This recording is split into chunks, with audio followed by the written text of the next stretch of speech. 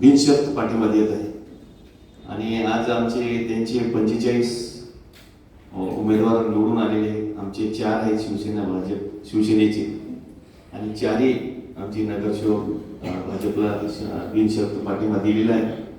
कालच औरंगाबादला नोंदणी सुद्धा झालेली आहे याची भाजप शिवसेनेची युतीची.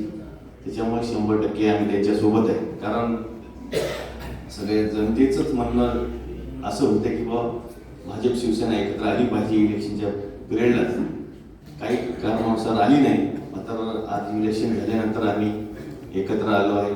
आणि नांदेड जनतेच्या मनातलं आम्हाला करायचं होतं. माझं पहिलेपासून एकच होते की भाजप शिवसेना युती झाली पाहिजे. तुम्ही बरेच पत्रकार परिषदेमध्ये ऐकले असेल की बा आमचं एकच की भाजपसोबत आमची युती पहिलेपासून 40-50 वर्षापासून आहे. आणि आघाडी आहे त्याच्यापासून, म्हणजे आम्ही 100% त्याच विचारानं होतो. काही कारणानुसार झाली नाही, तर ठीक आहे, आता इलेक्शन झाले, आपल्याला नांदेड शहराचा विकास करायचा आहे.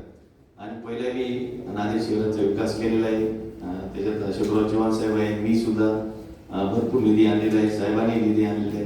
म्हणजे नांदेड शहराला विकास म्हणजे निधी कमी पडलेला नाही. म्हणजे असंच आपल्याला भविष्यात बी पुढे एकत्र येऊन काम करायचे आणि चांगला निधी आणायचे.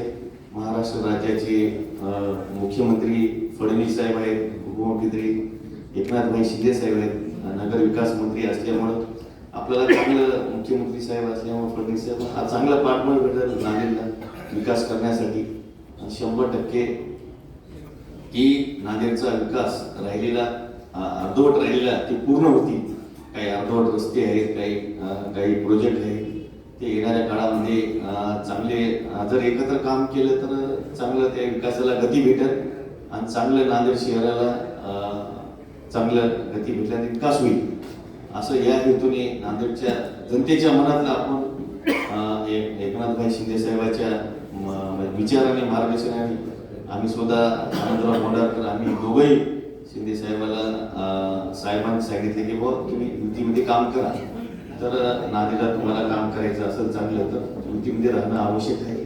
म्हणून आम्ही ते लगेच साहेबांनी कॉल केला अशोकराव साहेबाला, लगेच सांगितले की बाबा आपण युतीमध्ये करायचे आणि नांदेडला 100% तुम्हाला पाठिंबा भाजपला आमचे जे 4 उमेदवार आहेत तुमच्या पाठीशी राहतील असं सांगून दिलं. म्हणून आज बैठक पत्रकार परिषद आयोजित केलेली आहे.